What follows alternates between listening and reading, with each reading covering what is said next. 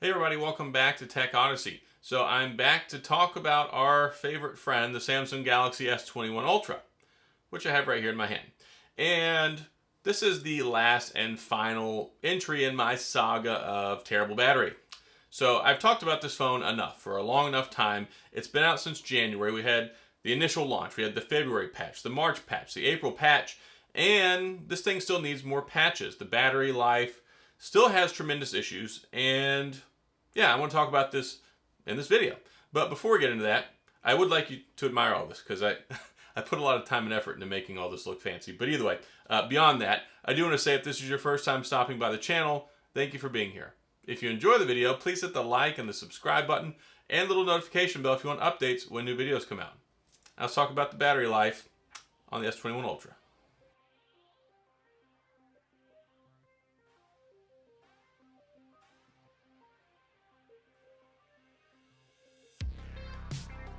Alright, so I've had a lot of mixed feelings about this phone and this battery. Initially, I really liked the phone a lot. I still do. It's a very good phone. Snapdragon 888 processor, the best and brightest out there. Tons of RAM, plenty of storage space. Mostly. I mean, I don't like that it's entry 128 and there's no expandable storage, so you're kind of messed up in that regard. I don't like that Samsung did that, especially for a $1,200 phone. Granted, you can pick them up now for about $999 some places, which is actually a really good deal. And I have nothing but good things to say about this phone in every single department except for the battery, which is the most important part to me on my day-to-day life because, well, I use my screen a lot, which means that I kill this thing like that. So, looking at the S21 Ultra, 5,000 milliamp battery, you would think that it would last you for forever, but the problem is, along comes 120 Hz refresh rate, along comes Quad HD Plus resolution, along comes the Snapdragon 888, and those three things right there are like a trifecta of a perfect disaster for the battery life. And it's not just this phone. There are other phones as well. The problem is they can't provide enough power to sustain all that, and plus the 888 processor has some heating issues. I mean, let's go ahead and get that on the table here. People know that it has heating issues. So the heat also degrades the battery life. So as you're using it, the more you use it, it's funny because the standby time is actually pretty decent, but as soon as you turn it on and fire it up, especially after it's been off for a few hours, I've noticed if I leave it for a few hours, standby battery looks good, and then when I spool it up and start using it, I've got a sharp drop in the battery life. So I was kind of hopeful. And when the March update came out, it really didn't fix things, but when the April update came out, I was like, okay, maybe this will work out all right.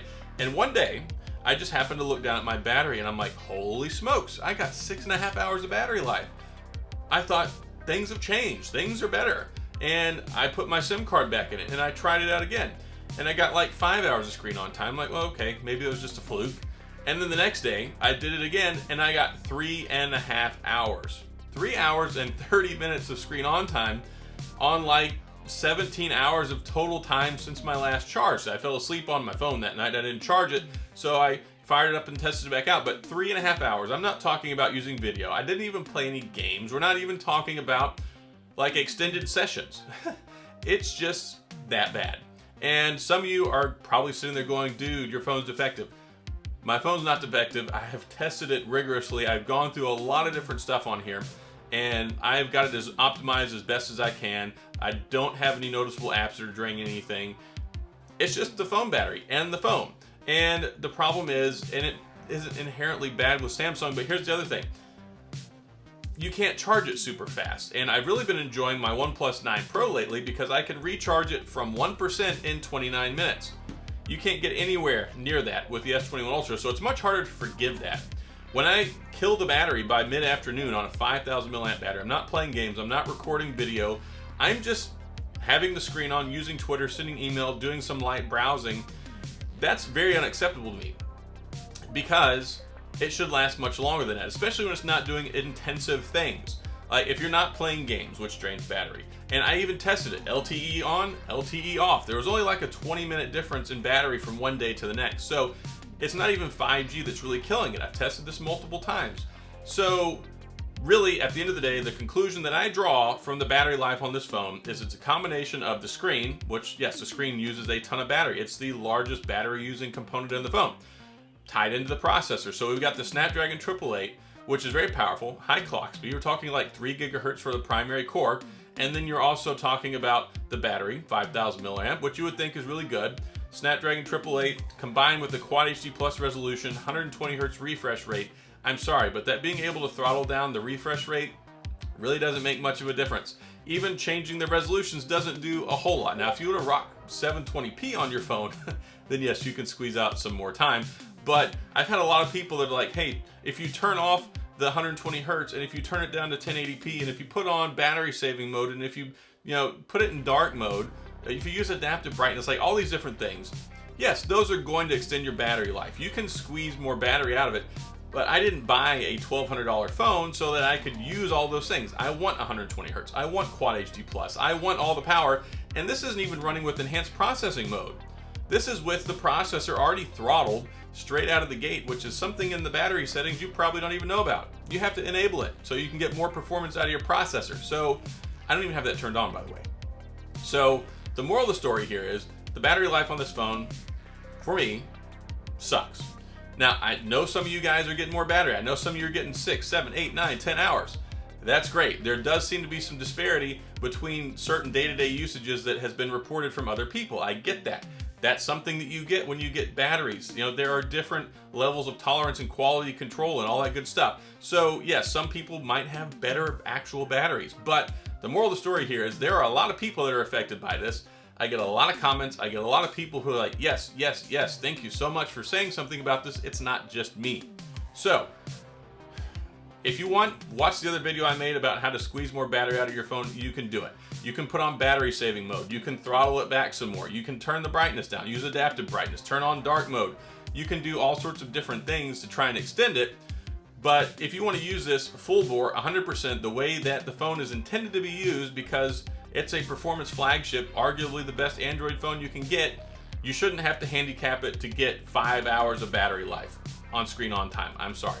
And some of you say, oh, well, screen on time is not a valuable metric. It's a moving target. I don't care. If I kill it with 3.5 hours of screen on time, that is abysmal. And that means that it's terrible because it's not doing what I need it to do. If I need a lot of screen on time, which you should get with a 5,000 milliamp battery, then yes, I think that I have some room to complain there. So those are my thoughts. Those are the issues. The April update didn't fix it. The March update didn't fix it. And I'm fairly certain a lot of this is software related too. When it first came out, I was getting 8 hours of screen on time. I thought, it's a miracle. Samsung finally got it right.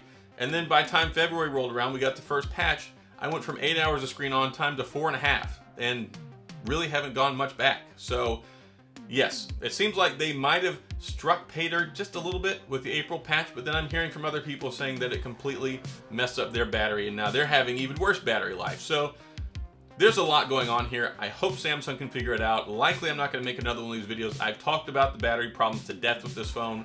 It's very frustrating, and yes, I'm frustrated. I paid a lot of money for this phone and it doesn't live up to expectations for day-to-day performance. Does it have lots of power? Yes, but it's like a Ferrari with a 5-gallon gas tank. You can't get very far. So that's all I've got. If you have any questions or comments, if you want to complain, file a complaint with Star Command, go ahead. I don't care. This is my video. This is my experience. I'm sharing it with you. If your mileage varies, I'm happy that it's living up to your expectations. But for me, it's a no-go. So that's all I've got. Like I said, any questions or comments, please feel free to leave them down in the comment section. I'll get back with you. If you enjoyed the video, please hit the like and the subscribe button and the little notification bell if you want updates when new videos come out. Hopefully you enjoyed the new background and the setting with the new camera that I got. It's a new thing I'm working on here, so yeah, I hope that it looks good and this improves the experience for you guys watching. Sound off in the comments if you have any thoughts on how it looks, and that's all I've got. So as always, thanks for being here. I appreciate you watching, and I'll see you guys next time.